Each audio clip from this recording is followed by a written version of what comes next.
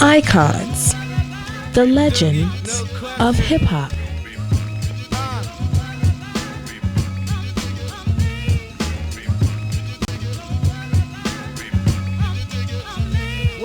With your host, Tonya E, a.k.a. Miss Right Now. This is Noel Nieves speaking, and here are your hip-hop guys.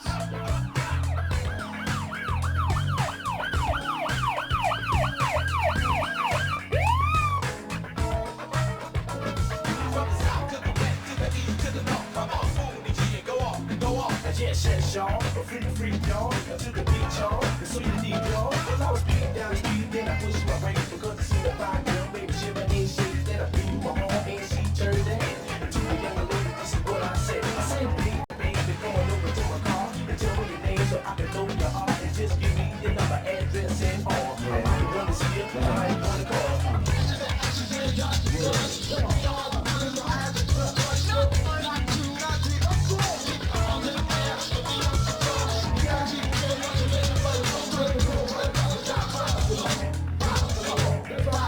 You are now watching Icons, the Legends of Hip Hop, with an exclusive interview with Kool DJ Red Alert and your host, Tonya E, a.k.a. Miss Right Now.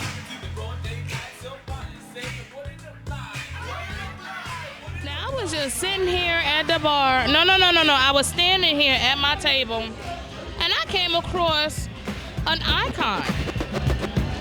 What is an icon? We've been expressing ourselves upon what icons are. And I have one of the legendary hip-hop legendary legacy legends of the... What are you looking at? I'm talking to you. Who are you? I'm a bum. I'm a bum. B-U-M, Black Ultimate Man. Yeah, I go by the name of Kool DJ, the Red Alert. I got the originator, Kool DJ Red Alert. Red. Being from the old school, like we were saying, old school is not old, but it's because you all paved the way for the newcomers. Tell me your history, how you got started in the game of the hip-hop, that we call it now. Well, under the behalf of Africa Bambaataa, who always call him the father of music in my eyes, because he taught me so much of the different genres of music besides the hip-hop culture itself. He the one that paved the way for me to go and lead me to where I'm at today, and I got a lot of respect for him. I mean, I watched a lot of other people during the time coming up, like from Kool Herc, and even from like a lot of the disco DJs from the past, like DJ Jones, Together Brothers, and many others. But Kool Herc, he inspired me because the time I was going up to school, DeWitt Clinton High School, I was up there, right. Bronx where it all started at. They used to always tell me about going to Kool Herc parties, so I was going to all his parties at an earlier time, and I was just going through a phase with that. I go downtown to a disco on a Thursday, Friday, go to Kool Herc on a Saturday, and I was just enlightened by it. Before you know it, I started taking time out, started watching everything they doing, come home and start trying to do the same thing I saw they do. Okay. Well, being that you DJ Kool Red Alert and saying all that, what made you go want to be a DJ instead of an MC, what it was called back then? Because I wanted to be like them, be what you call the maestro, the band leader, the Pied Piper. Play the right tunes. And when you play the right tunes, and when you see people, you got them on the dance floor, you got them sitting down, banging their head around and everything, and you see that they into what you're playing, that means that you're doing your job. You're pleasing the audience, you're pleasing the masses, and that's the reason why I went for it like that, because I like to please people. Because when hip-hop culture really came into the mainstream towards to corporate America did not know how to accept it, and they was looking at it in so much in a derogatory way. Before you know it, once they caught a part of it, they took it and they stripped it down to their liking, to their ways, to how they want to accept it. And before you know it, after they got what they say, quote unquote, a hang of it, but left everything else alone where it's important, then they went ahead and ran off with it and built other things according to what's going on right now, which is No, I mean, I don't have no comments on it, but just... I'ma say it. It's disgusting. It's totally disgusting upon the game, that the way our game has been planted as of today. And this is the reason why we have icons, because we want the pioneers to come and tell you all upon the history, upon how hip hop started and why we are in control of our music and not them. But if as long as we give it to them, they're gonna take it and run with it. And I think I might be preaching a little bit, but I don't mean to preach. But then again, I'm teaching. It's not preaching, it's teaching. It's like going back from when you all started back in 1972, 73. Yeah, that far back. Okay, like from all the way, and it wasn't that long ago. From seeing where wasn't hip hop then, it was called the Jams. The Jams. And what parts did you play in? Like what parts? Well, during the time when I was coming up, like I said, I was going to Jewett Clinton High School. I was just going to the jams that Kool was doing. Okay. And during that time, it was like, when you was going downtown, you had to have a certain awareness where the way you dressed and your certain approach, because sophistication at that time, where they were allowing, quote-unquote, the minorities, which is the blacks and the Latinos, to come downtown to interact and entwine along with the others down in Midtown to go to the clubs. Okay. Meanwhile, with that phrase that was going on that Kool brought over from Kingston, Jamaica, which is called toasting and dubbing, which became a rapping and mixing later on, that's when you had people that dress as they feel. It don't have to matter if you was dressing like a regular guy on the street or a regular girl on the street, or to where they used to call them the fly girls or fly guys. Everybody was all in the same house and just express their matters. And that's where it all came to, a part of the hip-hop culture. Okay. And you had mentioned something earlier, too, upon how the industry now is like, it's watered down, basically.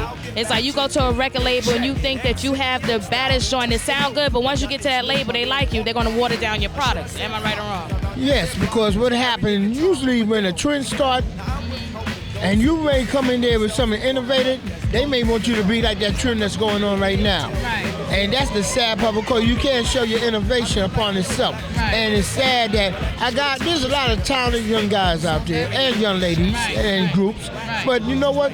They get caught up from according even what they listen to and what they look at and from what the whole scene is around. And I can't knock them for that, because when you see the videos every day, when you hear the things on the radio every day, that's what the whole total thing is. Right. But then again, it is raw talent upon itself that want to, quote unquote, display their product and what they show and what they be. Let it be. Okay, I'm not gonna hold you too long because I know you want to get back to the park. Because it's old school. It's called hip hop. This is my homie. Me and Red go way back. I danced at your roast. Woo. Back at Tramps. Oh my. Wait a minute, I said something earlier about Tramps. Oh, the dance, I was Tonya and the Tramps back in high school. We did a dance to that with Salt and Pepper. Oh my goodness. But anyway, Red, I respect you. I mean, when I first met Red, and peace and love, we still remember you. We still love you, Prince Messiah. We was one of your road dogs, Prince Messiah was another lovable guy that worked with Red on the radio, and I actually met him on the radio calling in one of the shout-outs and got in trouble. But anyway, back then, what can you tell these young cats today if they want to have that open ear upon which way that you see the future of this hip-hop game going? Because there's so much going on right now. And what's your input? Don't get discouraged and don't get turned left according to wherever your dream is. And you want to be according to what you see on video or you hear on radio, I respect that, because that's what you only probably know. I'm not knocking you, but perfect it and also learn to create something within your thoughts and your mind to take it to another level. For the others that may have just the raw talent that discourage themselves from the videos and radio, do it. Show your raw talent. Because the bottom line is they show if you're going to be accepted or not. If they don't accept you, then you go other places. Because there's one thing I always learn about in hip-hop, it's not just where you live. Remember, there's a whole wide world out there. Somebody may love what you do. You heard it from one of the pioneers of hip-hop, Kool DJ Red Alert, and I emphasize and I capitalize Kool, because he is that cool. Very down-to-earth brother. Much love, much respect, and you will never be on that other list that we spoke about earlier. Much love, much love. Thanks, DJ Red Alert. Tonya E, Miss Right Now for 2K3, because y'all know why. Okay, coming up next, we have Master Productions, which consists of MC Money Mike, DJ Disco G, Chocolate City, who is absent, along with CC and Company, which consists of DJ Dr. Dust, DJ Jazzy J, and DJ Kool, who also is absent, but hold on tight. Disco G, MC Money Mike, I'm Goldie with the Brotherhood. Jazzy J, Lamar the Real Deal. Primo. I'm Dr. Dust from CC and Company. Yeah, once again, this is MC Money Mike. I'm back on the scene. Like to let you know this is an icon talking about history, the real history. You got people out there talking history. I give them their credit. Understand what I'm saying? I don't play hate nobody. But I know what is true, what is true.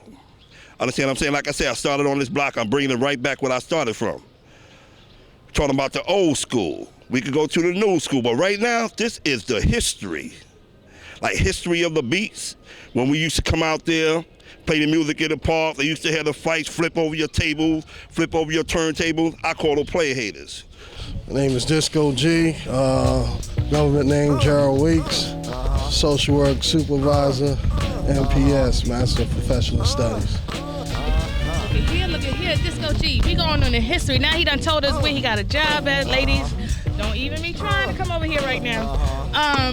History, real quick, because we're going to go down the block. We've been standing here for a minute, and we're going to, whatever, tell us a little history about you, how you started in history, in hip-hop. Well, actually, I started a long time ago. I think it was in 1977. Oh, well, it's probably 76 we started, really. And a few of us got together, me, Money Mike, and Kevin Alexander, known Chocolate City. And we pulled our money together to buy some equipment. First of all, we had some makeshift turntables from old amplifiers and old amps and stereo hi-fis and stuff like that, setting off milk crates and stuff like that. And then we started to purchase items. And the first purchase we purchased items from was that Sam Ash, I think, downtown on 47th Street by the Avenue of Americas. And we actually bought that from Mr. Magic.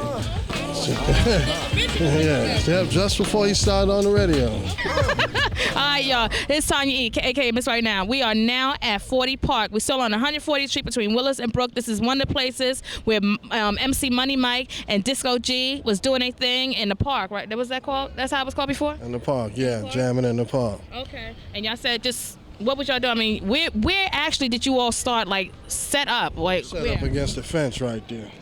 Well, let's catch that fence. The fence all the way on that side? It's on that side. So we're going to zoom the whole park. And y'all started out over there, okay?